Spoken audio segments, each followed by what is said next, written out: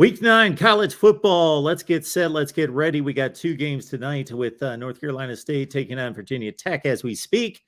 Later, could be a good one. Utah in the Pac-12 taking on Washington State. Can't lose that one as they try to get back to the Pac-12 championship game. Welcome into the Voice of College Football. We are going rapid fire for 45 minutes. Yes, I'm watching the Utah-Washington State game tonight. We're going to go 45 minutes. That's it. Get in here. We're going to go at it, and we're going to get it done. We're going to start with the real MVP. He's on the line right now. I have left the link in the live chat, so please join us. The real MVP, what's going on tonight? Nothing much, man. How you doing? I'm good. So I'm not sure if you saw, but Texas A&M suspended 3 of their players for indefinitely. I just want your general thoughts on that first. Well, I did not see it. I've been doing Miami football for the last hour, and did not see that before that come down. Let's see what we got here. It's not on ESPN's college football page. Give me 2 seconds. You're fine. I believe the 3 guys that were suspended were from Texas A&M's 2022 class, which is the #1 class in the country. Apparently, there was some type of altercation after the South Carolina loss that that invoked the suspension. So is this a sign of a cultural issue with Texas A&M? Well, I think they've got a culture issue anyway as it stands. This could be just, another indicator. Certainly, there are really good football programs that are run the right way that still have guys go off the deep end and run around and do things that they shouldn't do. So that happens. You can't always control 105 players, but it shouldn't happen much. More than likely, this is just another indicator of a poorly run football program. Okay, and I'm going to hit on some games real quick. Mark, Ohio State has a, big game this week at Penn State. I don't understand this whole idea that Ohio State hasn't played nobody. I've seen them on the football field. They scored 54 against Iowa. They've dominated everybody they've played except Notre Dame. I believe just by watching it, I could tell they're a top 3 team. What do you think about that? And they did dominate Notre Dame in the second half. They had an issue there in the first half, and then the yardage in the second half was they didn't go to the air and scored a zillion points, but they beat them up, and only Notre Dame had 20 yards in the second half. Ohio State's an explosive team that has great talent, great athletes that are playing extremely well. And they're a tremendous team and one of the 3 best teams in the country, from what I can tell at this point. Okay, Oklahoma State goes on the road to play Oklahoma State goes on the road to play Kansas State. Is the loser eliminated from the Big 12 title game? No. I have enjoyed watching Big 12 football the last few weeks. There have been some really good games. We've seen Kansas State and TCU. We've seen TCU, Oklahoma State. We've seen Oklahoma State, Texas all play entertaining games, really good football games. And I think this is going to be the next one in line. As long as Kansas State at least has its second string quarterback. So their issue last week was they lost Adrian Martinez early. The backup quarterback, Howard, came in. He played really well, but then he was gone by sometime in the third quarter, and that's when they collapsed. The third string quarterback couldn't, not too many teams in America have good third string quarterbacks. And so Kansas State was one of those, and they blew a big lead and lost that game. But I think that's going to be a really good game. And we're going to look at the Big 12 standings real quick here.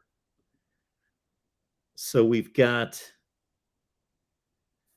TCU 4-0, Oklahoma State 3-1, Kansas State 3-1, Texas 3-2, Baylor 2-2. Texas Tech has 2 losses. No, the loser's not out of it, but the winner puts himself in a really good position as the number 2 seed.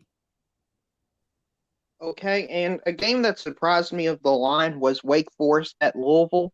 I'm not sure if you've seen the line on that game, but Wake Forest is only a 3.5 point favorite. Yeah, that surprised me too. Yeah, Because is there something I don't know?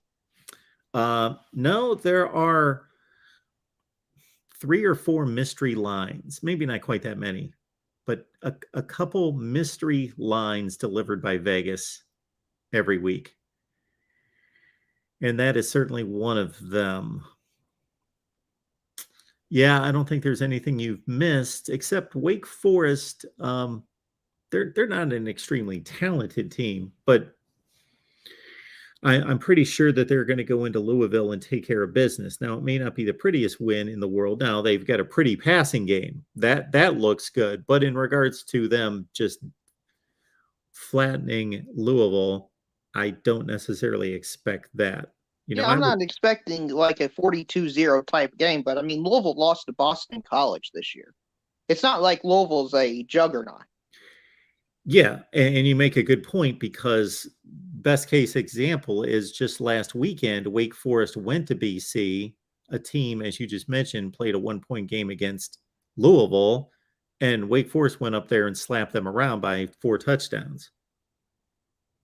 Yeah, and the final game I'll talk about is Kentucky at Tennessee. Mark, I don't think Mm. Kentucky has any chance to win the game, just because of how bad their offensive line is.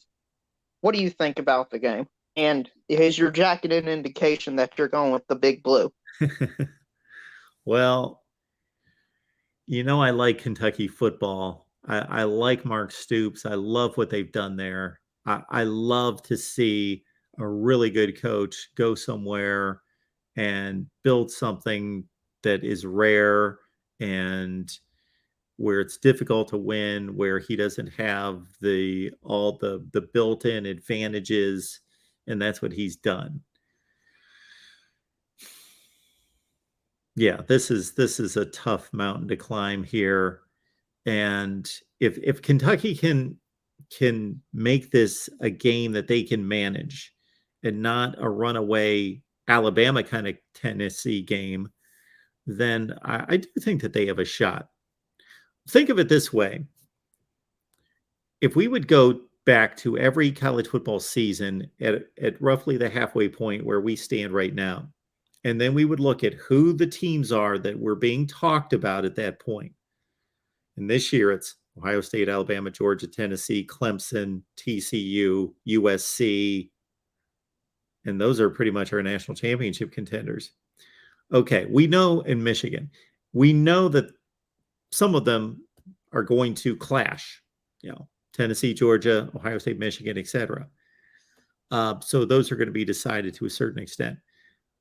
But I would think on average, there are 2 to 3 games the second half of the season where somebody trips up one of those national championship contenders that was not the expected trip up, that was a Kentucky who's the 3rd or 4th best team on the schedule jumping up and upsetting Tennessee. Now, we usually look for those to happen on the road, not for a Kentucky to go to Knoxville and win, but it's happened.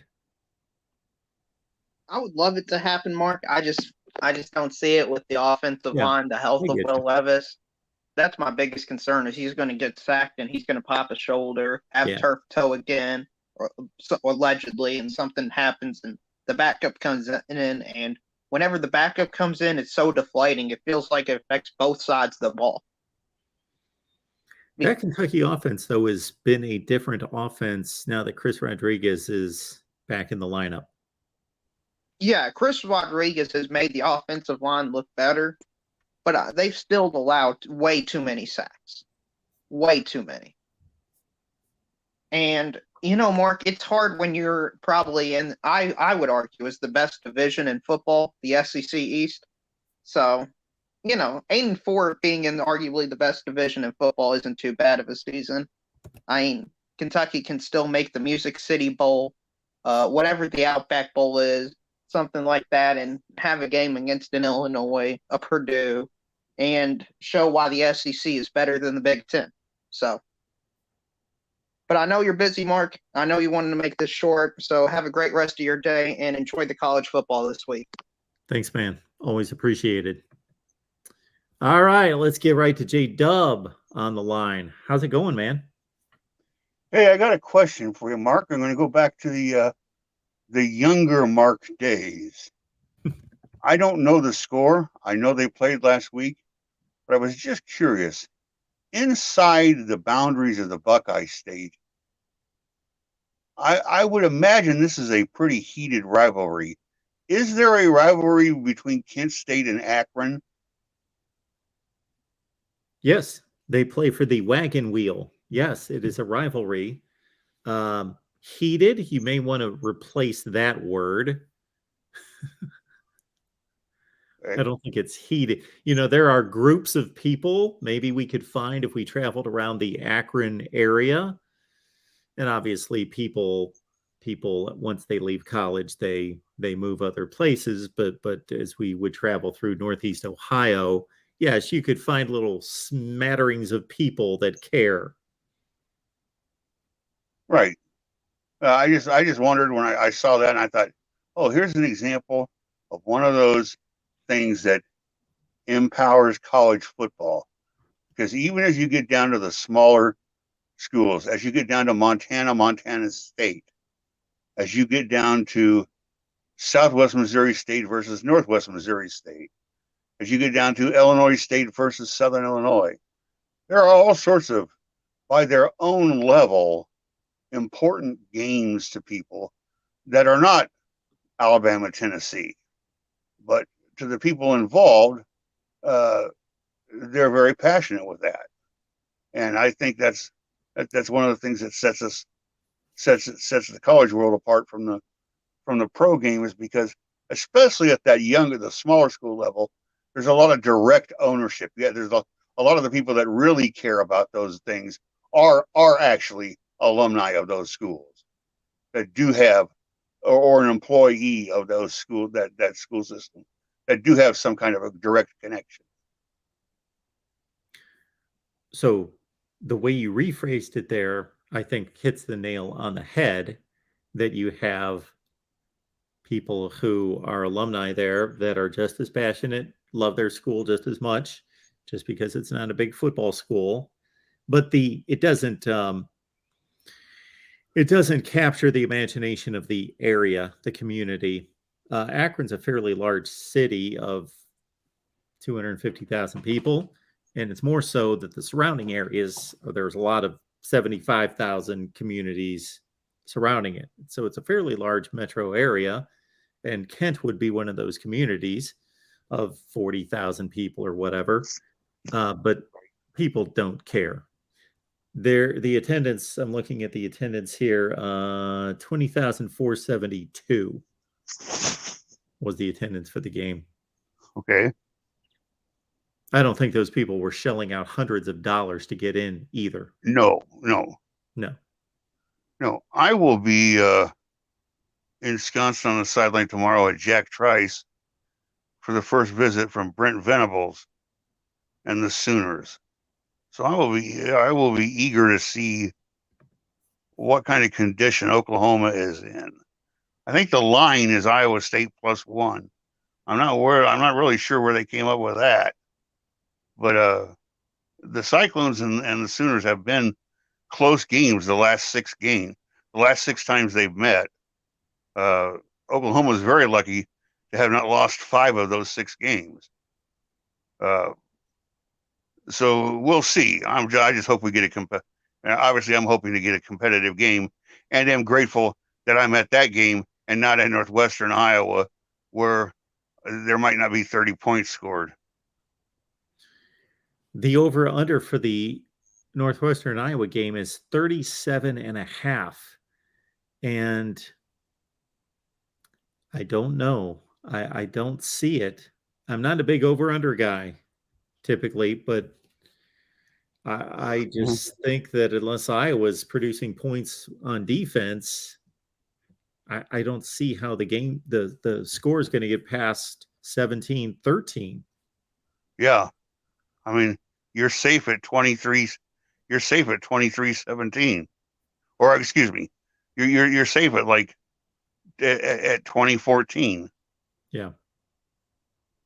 And if it's 2014, I guarantee you 7 of those points somehow came on special teams or defense. And a shout out to Iowa middle linebacker Jack Campbell, who led Division I in tackles last year and is right up at the top this year. He is a finalist for the Walter Campbell, which is commonly known as the academic Heisman, which was won by a guy that I personally know and who's a really great kid, and that was Iowa State tight end Charlie Kohler last year. And the for those who don't know about it, we're not going to. I won't go into detail, but look it up. Look up the Walter Campbell. Look up the academic Heisman, and read about the finalists who get to be the 12 finalists for this award. It is quite the honor, and these are quite the exemplar of young men that are the finalists for a really prestigious award that probably should get more publicity than it does. Yeah, that would be a good thing for all of us to look up and then to recognize those individuals. Not that they're doing it to be recognized, but no, almost none of them are. They're all selfless, and they're all by the very nature of the award itself, they're all very interested in the fact that they're getting a college education, and they just happen to be playing football while they're doing so, as opposed to the other way around. And one last thing, I'll let you go, Mark, because I know you want to be quick, and I know there's a lot of people lined up. Do you hear anything about J-Dub? As soon as you said that, we had one person jump on behind you. So no, the people are not just waiting to come on here. So, well, usually there's people. Absolutely, it's kind of a wild card. The last time we were on, my goodness, there might have been 20 people lined up. Well, as soon as I start talking, it lights up the board because they can't wait to shut me up. It's like, oh, it's J-Dub, hurry up, call him, get him off there. No. I wondered if you had heard anything, because my feeds were loading up with it. This is, I'm going to make a little confession here. I was an Alabama student at the same time that Cecil Hurt. And I know you knew C, or had to at least run into him. Started at the Tuscaloosa News. And we remained email buddies, kind of quasi contacts. Yeah. All through the years, and he would have information on stuff like this all the time. Auburn apparently has a whole lineup of kids who are threatening to depart. Now, they're not going to do it right now because of what it would do to their eligibility. But I have heard from fairly decent sources that they may have a minimum of 4 to as many as 7 starters ready to declare for the transfer portal. And I'm not trying to trash Auburn. I'm just curious if you've heard anything along those lines. I have not. And my ties to Auburn have been much stronger at other times than they are right now. I don't really have right. I knew you with your background. Yeah, with my background, but also here. There have been other times when I had regular contacts with Auburn people on a regular basis, and I don't currently. So I can't really verify that. I don't think it would come as a shock to any of us. Right. The whole Harsin deal, obviously as a Bama grad, Auburn can't find themselves in a deep enough hole for me to stop laughing at them. But that's got to be just about the toughest head coaching job in the country. Yeah. Because if you look out your living room window, there's Georgia, and you look out the bedroom window, and there's Alabama, and in the front yard are all your fans and alumni expecting you to compete with the guys that live next door to you. And, you're just in a tough spot. I'm not saying it's not a job that somebody would want. I'm just saying, boy, you got to know the easy days are going to be few and far between if you take the job in the Plains. It's been a long time since Auburn has been consistently dominant or posted extremely good teams year after year after year. I'm not talking about for 20 years, but I'm talking about for at least 3 or 4 years. Like they've popped up with really good teams, the Cam Newton team, the 2013, the 2017 team, but they were just one year wonder. Right. It's been a long time since they were really good for a block of time. Like maybe back in the Tuberville days, where they would have a 4 or 5 year, they'd have a group that comes through, and then it would be about 2 or 3 years off. But then for the next 4 or 5 years, they were in there, and yeah, that has stopped. I don't even think the Tuberville days, for as much as I respect the guy and think he's a really good coach and an underrated coach, he could have a national championship under his belt if he had been in a different era. But, I guess his best run was 4 consecutive years. They finished number 2, 14, 8, and 14. So those would be your 13-0, 9-3, 11-2, 9-4. That's his best run. They would kill for that now. Oh, yeah. 4 years straight in the top 15 in the country and 2 in the top 10 and 1 undefeated. Yep. And they ran off 6 in a row against Bama. Yes. And that would be the icing on the cake as far as they're concerned. Yeah, I probably have more memories of Tommy Tuberville than any coach in college football history because just from personal contact. Like when I was when I first took the job as a sportscaster in Mississippi, he was just hired as the Ole Miss coach, and then at SEC Media Days, he was the guy that was nice enough to leave the coach's party that was blocks away. It wasn't like he just had to leave the ballroom and go around the corner. He had to leave blocks away and come down for a live interview live on the news, and did that for me. And he was the guy that would allow us to walk on the field during practice, pull him aside. Now, of course, we couldn't just yank him at any time, but we'd say, Coach, we really need to talk to you at, sometime between 4:30 and 5, because we want to get this ready for the news, and this and X, Y, and Z happened. And can we have you? And he'd walk off the practice field and talk to us for 7 or 8 minutes. And in his office on National Signing Day, to go live from National Signing Day from Tommy Tuberville's office at Ole Miss and talk about his recruiting class. Wow, that's a level of accommodation. Yeah, you don't see very often. I think Matt Campbell is pretty loose with the media and Ames, but not as loose as that.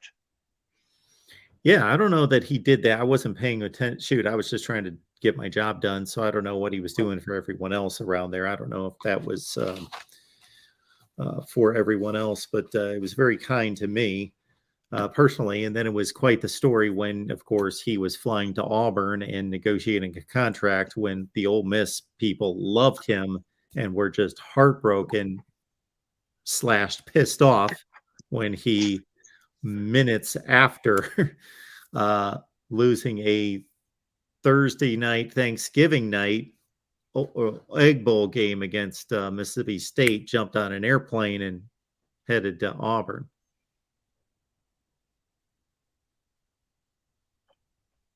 I remember the level of personal danger I thought he might have been in was somewhat akin to the rather rough and ignominious way they got Bill Curry out of Tuscaloosa, but that's going way back in time. Nobody remembers that. Yeah, but I do.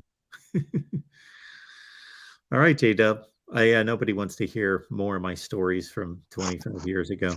Yeah, they're tired. They want me to shut up here. They'll say, "Who'll be talking about the Flintstones next?" Well, contrary to popular opinion, I did not see the Flintstones play, but I do remember watching Red Grange carry the ball. Of course you did. Yes. Yeah. Sure. And Bronco Niggers, Hey, of course. folks, it's that time when you start thinking about Thanksgiving and the family getting together.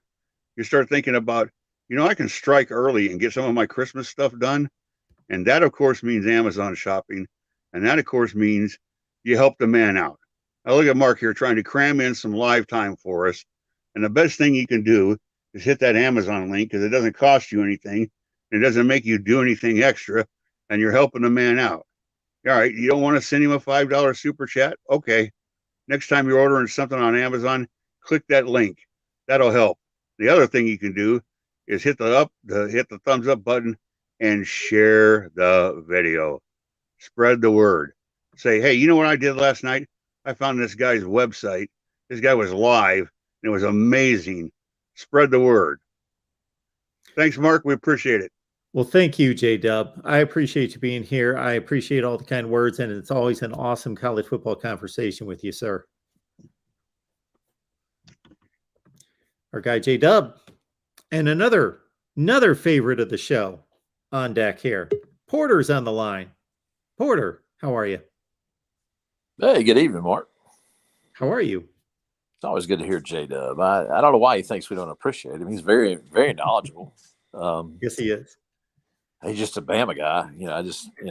He and I, Bama people and I just don't G-haul. But that's okay. But very, very knowledgeable. I do remember the brick through Bill Curry's office window, and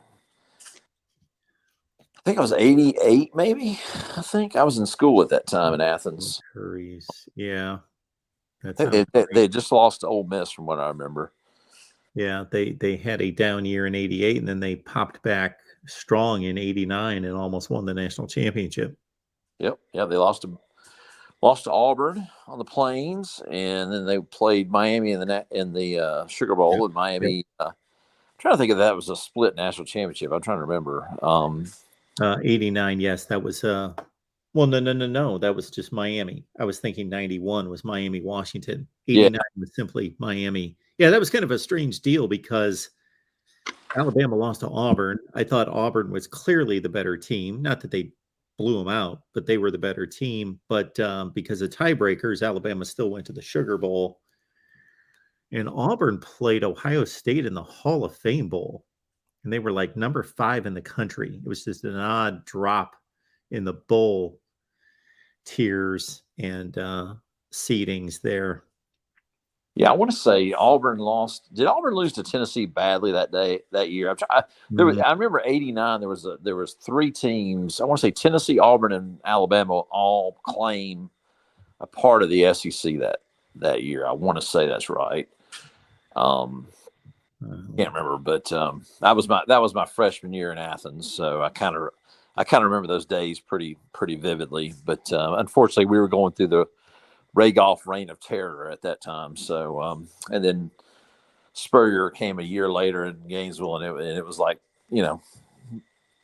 my goal of going to a Sugar Bowl at least once during my college career just never happened. So anyway. Yeah, that was the 3-way tie year, Tennessee, Alabama, Auburn. Tennessee went to the Cotton Bowl. I believe they played, I don't have that in front of me, but I believe they played Arkansas in the Cotton Bowl, I believe. Yeah, maybe you're right. And then Arkansas joined, I think, 3 years later. But yes, they did. They played Arkansas.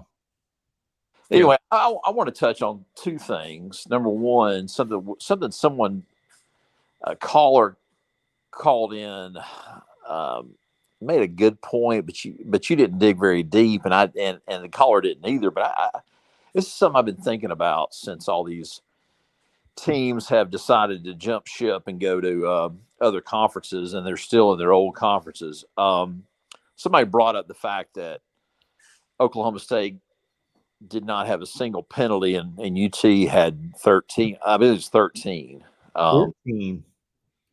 Yeah. So I have always thought, I thought this back when the Baylor game last year against Oklahoma. Oklahoma had 6 years when they won the Big 12 And then suddenly the year that they decide, the summer before the year they decide to leave the conference, suddenly their win streak in the Big 12 suddenly ends that next fall. Okay, let's put that to the side. Okay. Then UT goes up to Stillwater, and they have 14 penalties, and Oklahoma State has 0. Yeah, I don't know that I've ever seen that. My point is, again, I guess because I'm a conspiracy theorist, and I'll go ahead and admit that. I'm not a black helicopter guy, but I think people have biases. Let's just say that. Mm-hmm. I'll go ahead. I'm going to make a prediction on your show right now that, and this goes for Southern Cal, this goes for UCLA, this goes for Oklahoma and Texas. Not a single team will win their conference. Of the teams that have decided to leave their conferences that are still there, I predict this goes not just this year, but the years to come. Okay. Not a single team will win their conference that's already announced they're leaving that conference. Okay. So, but just so we keep record of this, we've got USC and UCLA will not win the Pac-12 this season or next season, 2023, because then they leave in 2024. Mm-hmm. So no Pac-12 championship for USC in the next 2 years. Yep. Okay. Texas, Oklahoma leave in 25. That's been confirmed that it's still 2025, which is, again, inconceivable to me that the Big 12 and especially the SEC would want to have 5 years of football played between the time it was announced and when it happens. That's crazy. But anyway, I guess that's what's going to happen. So Oklahoma and Texas, it's not looking good for this year. It didn't happen last year. So for 3 more years, 23, 24, 25, yep, no Big 12 titles for Texas or Oklahoma. How about if we drop that down a level to the American Conference this season? Well, I don't know about Cincinnati. Well, I don't even know what Cincinnati's doing this year, to be honest with you. They're undefeated in the conference. They are 6-1. Oh, that's right. They lost to Arkansas. So the only loss is Arkansas, right? Yes. Well, I mean, I'm not going to go that far because I don't know much about that conference. Okay. But I would say this, again, if you're an official, I mean, you're just not going to give them the benefit of the doubt on anything.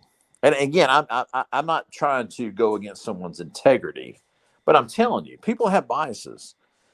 And I just don't see these conferences allowing these teams to win their conferences. And in the Pac-12, part of that is the ascendance of Oregon and Utah. I don't see the Arizona schools doing much, but and again, I'm not a Southern Cal or UCLA hater. I mean, in fact, I like Southern Cal a lot. I love what they bring to our sport, but I just, in the whole scheme of things, I just think that either the conference, whether it's scheduling or the officials, they're not going to let any of those teams win the conference. I just really think that. I sincerely think that. Okay. I understand what you're saying, and I agree with it. Or I don't necessarily agree with it, but I think it's conceivable. Number one, that there would be, I've gotten to a certain place in my life looking at politics, sports, and other things where there is both power and money involved. And I think things go on that we don't want to go on. And obviously in the sports world, we don't want it to go on, but it has very little impact on our lives. It's still not right to manipulate things or change things or for things not to be above board. But obviously in the real world, it does impact us. So that's why I'm not going to discount it.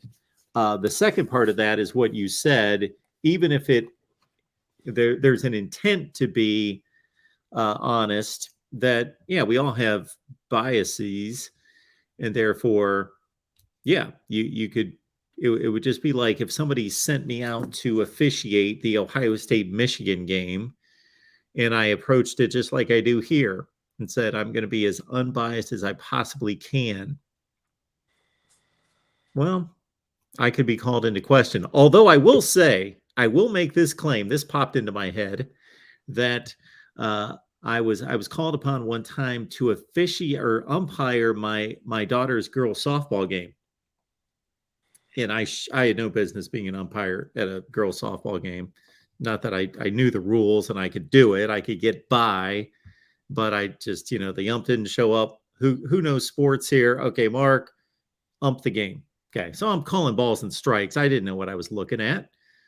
It was more difficult than I thought. The whole thing that they say about how low you crouch, changes your perspective, all of that. And I had to call one of the bases. So there was like a first base ump and there was me. And I had to run down to third. My daughter was coming maybe from first. I don't think she hit the ball. I think she singled. She was coming to third. And it was a bang, bang play. And I called her out. And, I had couple people yelling at me, da. And I don't know if I would overplay it, maybe. I don't know. But anyway, that's what popped into my head when thinking, yeah, could there be some bias there? Some subconscious intent by Big 12 officials to say, you know what, we're Big 12 guys and we don't like what they did to us. Let's get them out of here. Send them with an L. Yeah, I just 14 to nothing. I wouldn't be surprised. And it's funny on the media side, real quick, before I get to my other point. We as Georgia fans, we get frustrated with Pollock because we feel like Pollock treats us, even though he's a 3-time All-American at Georgia, we kind of feel like he treats us like the Little League dad who treats his son, worse because he didn't want to act like he's biased. And Pollock is the most critical, like he's already said Tennessee should be ranked above Georgia. Where did Pollock go, by the way? Where did he disappear somewhere? That's a good question. I don't know. I don't see him much. It's like they have moved him out of the main desk there at game day. But I think he's great. I think he's too. But I guess he doesn't have the flash that the guy from West Virginia has. But I heard that same thing with Herbstreit. I heard Herbstreit had to leave Ohio and moved to Nashville. What about 10 years ago for that same reason? Do you kind of feel like Herbstreit treats the Buckeyes fairly, or do you think he's kind of tries not to show partiality, so he treats them more? He treats them fairly. Yes, he doesn't favor them, nor does he treat them in the way that you're talking about Pollock. Now, if you talk to some Ohio State fans, they believe that he's turned his back on Ohio State, or he's trying to be too fair, or trying to be that what you just described. I don't see it. I don't hear it. He does a lot of Ohio State games, obviously. He's put in that situation of having to call Ohio State games. I bet he's called more Ohio State games than any team in the country over his tenure, because they've played the ABC primetime game a ton. Yeah. Well, that's okay. That's my next thing. The last thing you talk about ABC.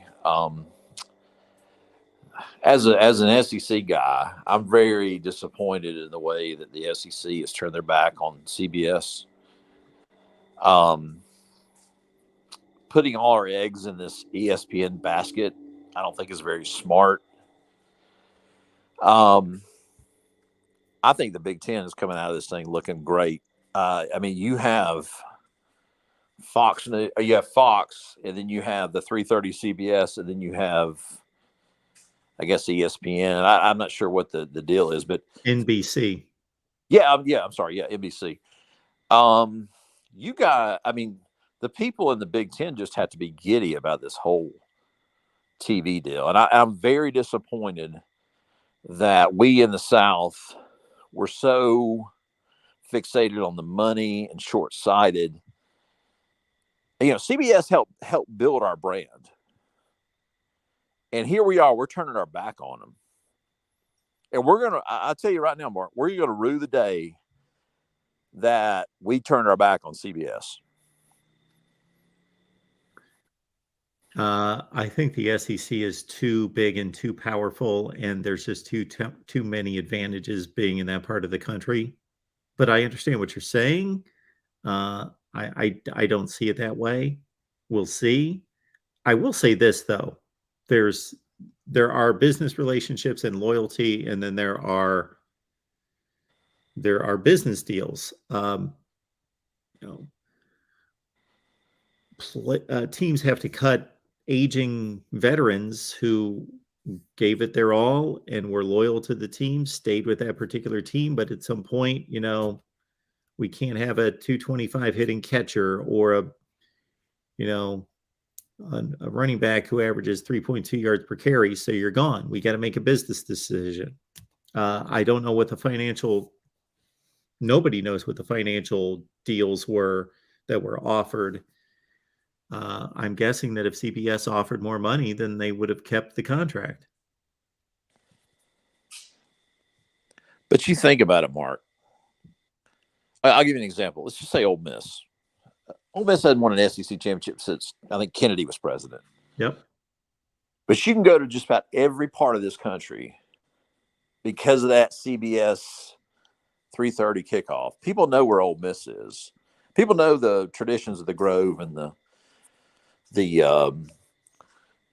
helmet. They know the Rebels. They know that stuff because CBS has grown our brand. CBS was without pro football for years, and they latched on to the SEC, and we all kind of rose together. And I am just so. They weren't without pro football for long. Wasn't that long? Well, I want to say I think the early to mid 90s they were without pro football. Yeah. Shoot, I used to be better at locking down those years, but yeah, I get your point, and it's nice to see organizations and people being loyal, but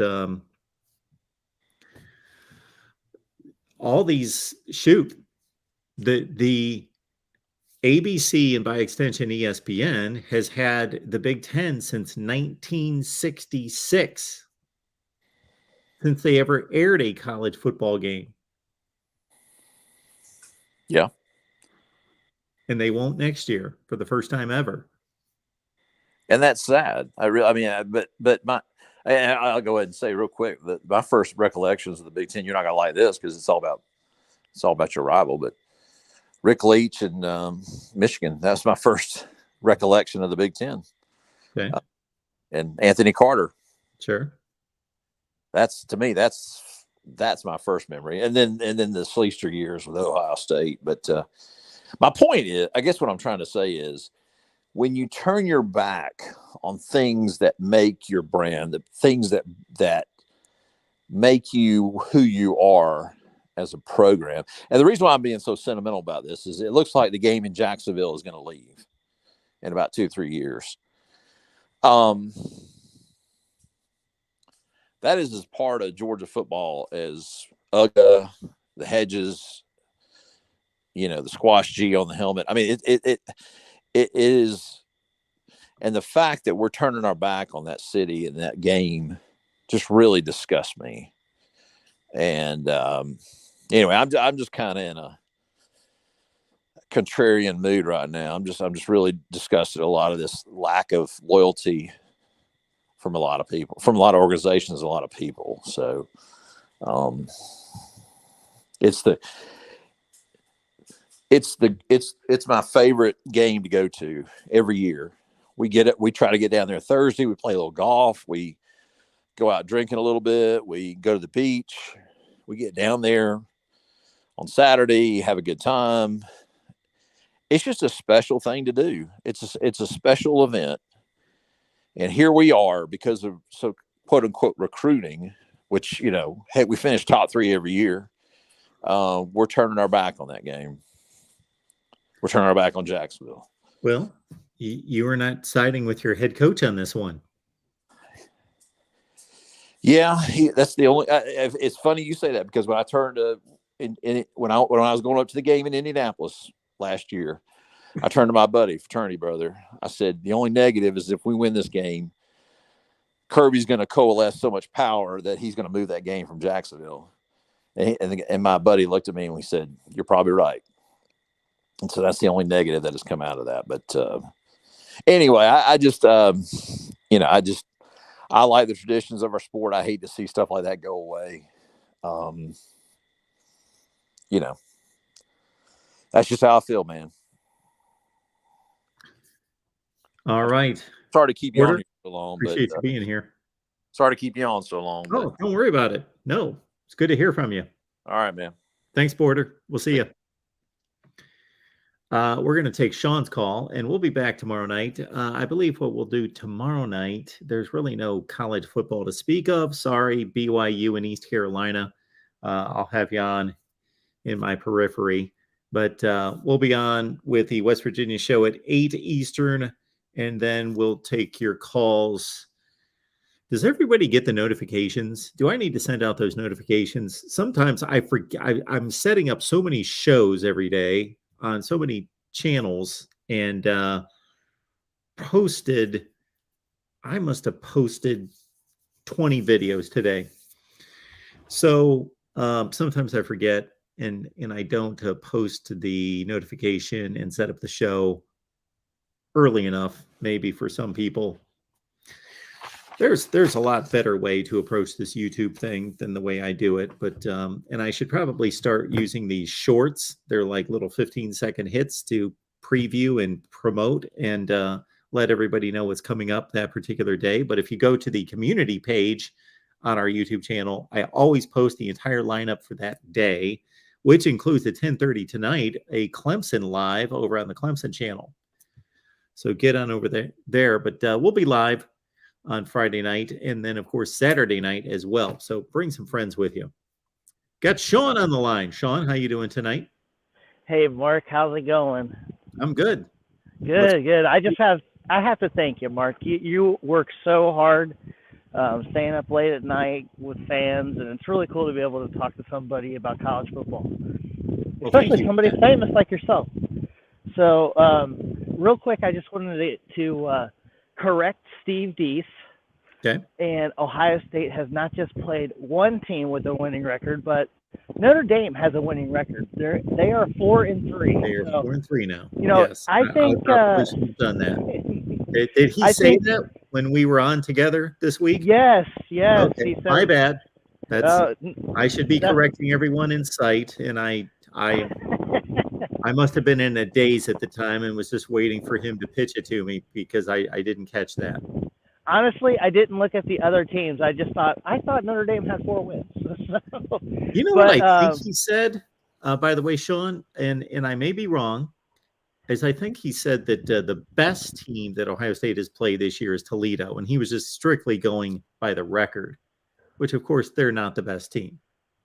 Sure. Yeah. I thought he was just being hyperbolic there. Oh, absolutely. Yeah. But real quick, it is kind of funny listening to him because, this week he is a Michigan State graduate. So let's just get that out there first. Is he a Michigan State graduate? Yes, he is a Michigan. You got to get on him about this. I thought he was an Iowa State graduate. No, he is a Michigan State graduate. Really? Yes. That's funny. Yeah, it is. It's really funny. So he's rooting against his alma mater this week. He said he has a story of him going to the Michigan game at Michigan State and him just being disgusted because his Michigan State won and he's going to school there. It's like, oh, wow, that's pretty terrible. But I just wanted to bring that up.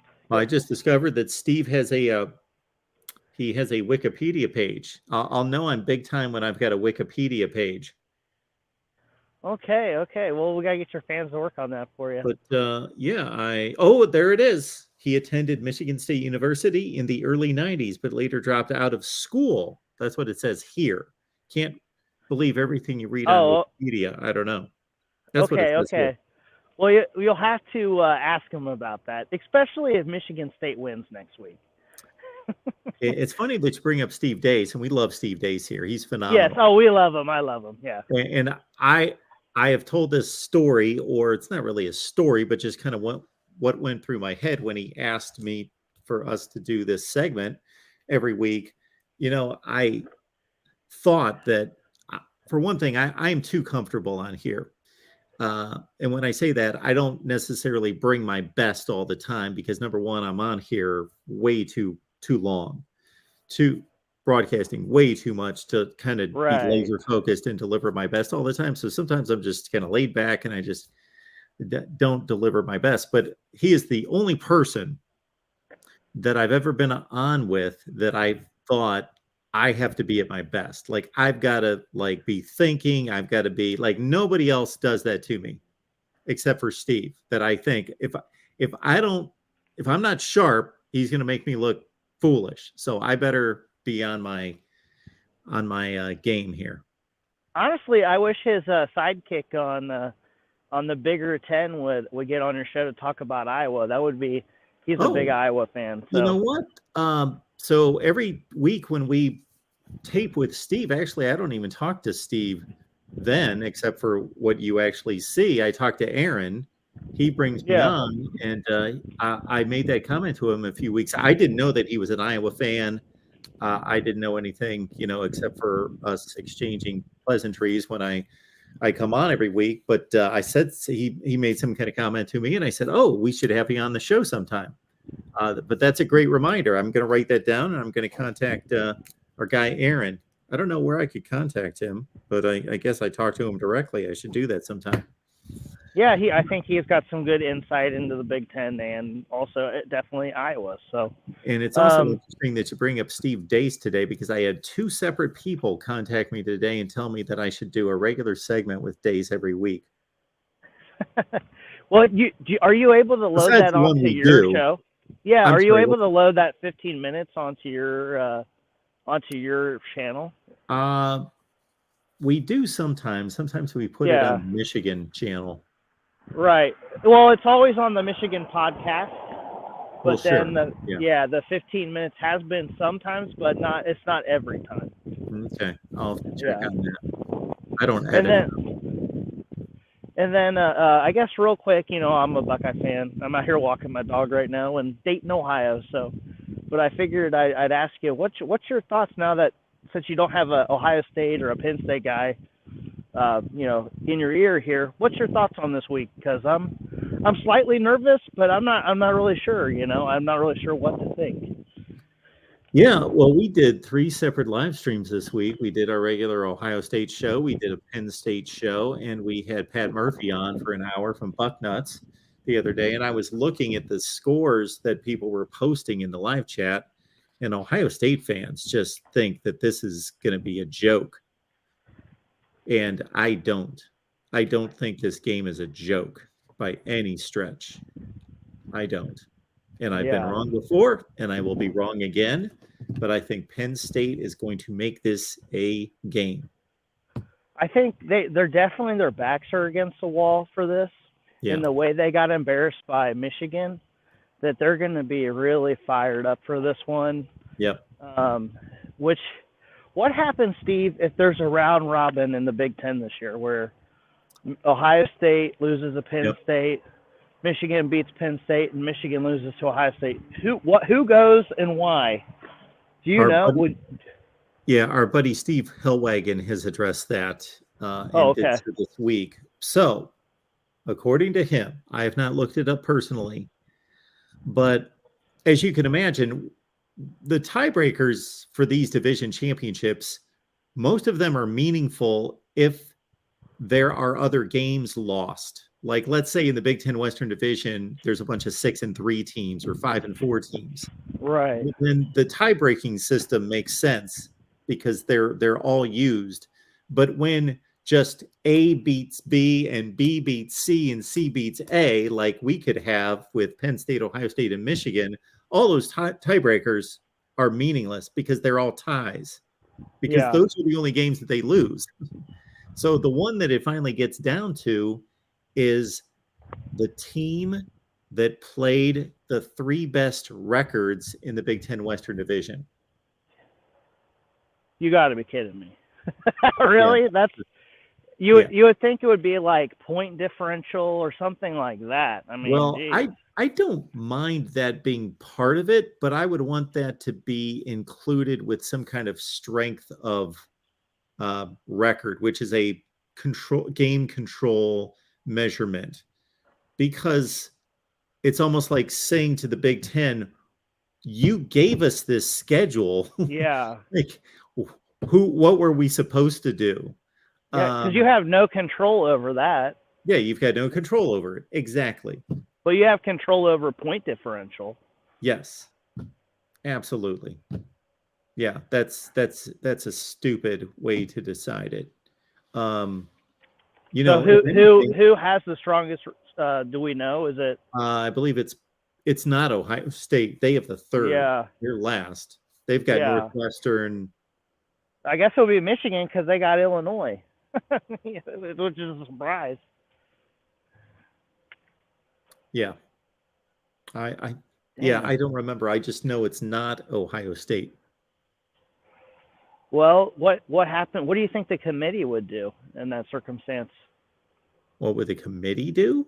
Well, the committee has nothing to do with that. So, do you think the committee would? Let's say Ohio State loses on like a missed field goal or something like that. Yeah. Like they did the last time when they lost there. So Penn State lost by a ton. And let's say they beat Michigan by a couple touchdowns, but Michigan somehow is still able to go to the championship. I mean, who do you take? You'd have to take Ohio State, right? Oh, if Ohio State loses a really close game to Penn State and then they beat Michigan by 2 touchdowns? Yeah.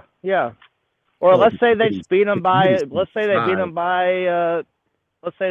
just more than a touchdown. Oh, absolutely. The committee's going to side with Ohio State. Absolutely. Because they lost in Happy Valley and they beat down Michigan. Yeah, game over. They've got the best non-conference win. Even though it is just Notre Dame, it's still the best non-conference win. Yeah, okay. What do you think it takes for do you think Clemson's going to go through the season without a loss? I guess that's a real crux of everything. I hope not. Yeah, I hope not either. Man, watching them play the last 3 or 4 weeks, they are better than everybody on their schedule, but they obviously were better. They are a better team than Syracuse, Florida State, NC State, and Wake Forest, but they could have tripped up once, if not twice. And so I wouldn't discount Notre Dame or South Carolina. Those would be the 2. They don't play anybody else in the ACC.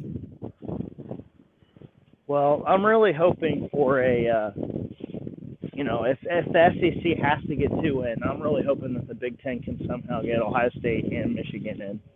That would be one heck of a watch tournament.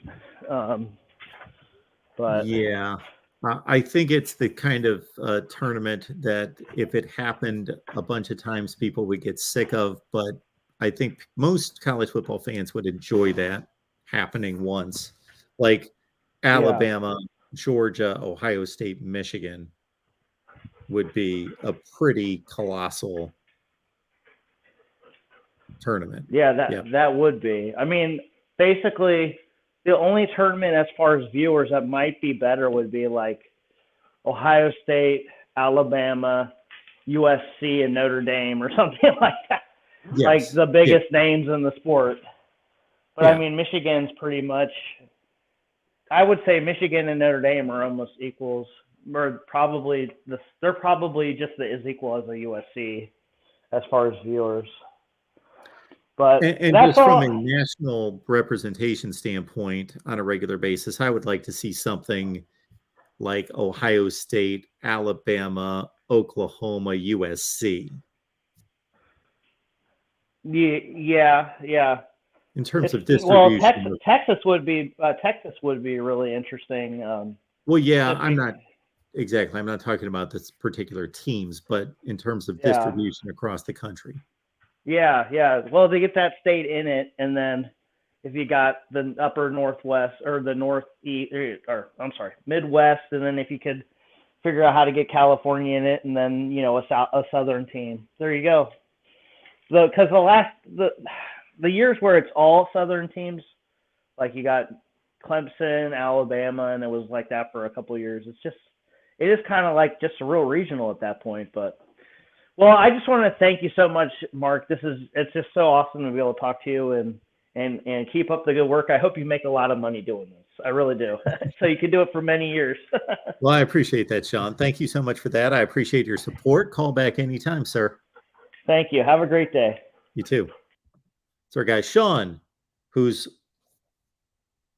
wished that I will make a lot of money.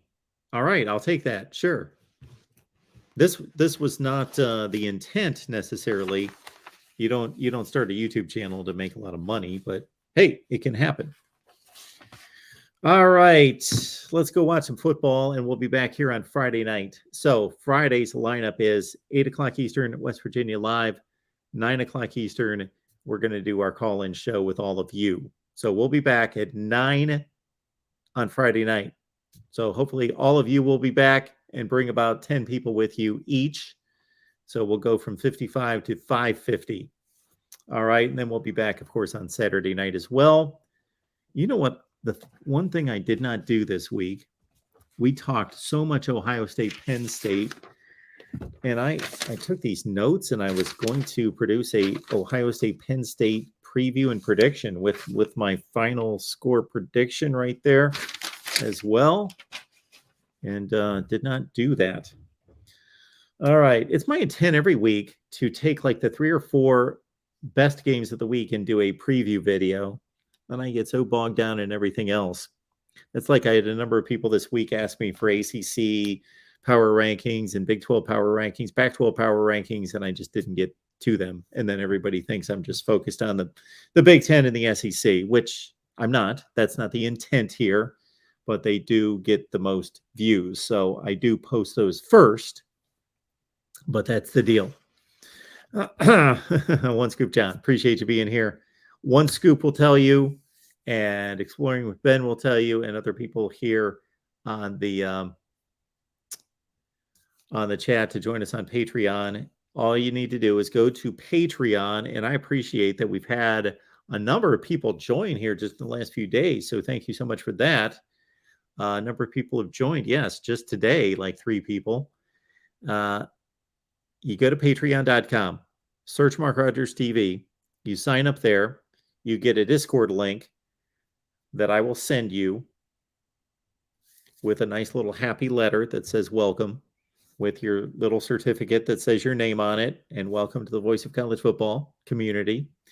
And you join us on Discord, and you can talk to One Scoop John and Eric and Exploring with Ben and Jordan and Tim and Tony, all these people. You can talk to them all the time.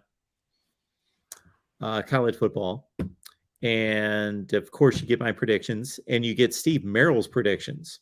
Have you guys checked out these segments? Not many people have. I thought betting segments were big on YouTube, but ours aren't yet.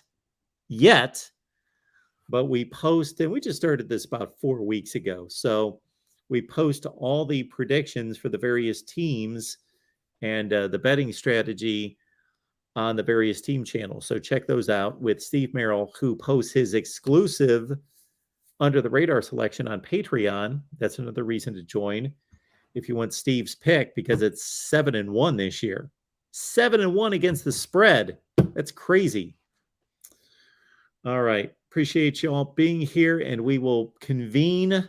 I never use that word, but we will convene Friday night at 8 Eastern for West Virginia Live, 9 Eastern for the call-in show. See you then. See you on Discord in the meantime.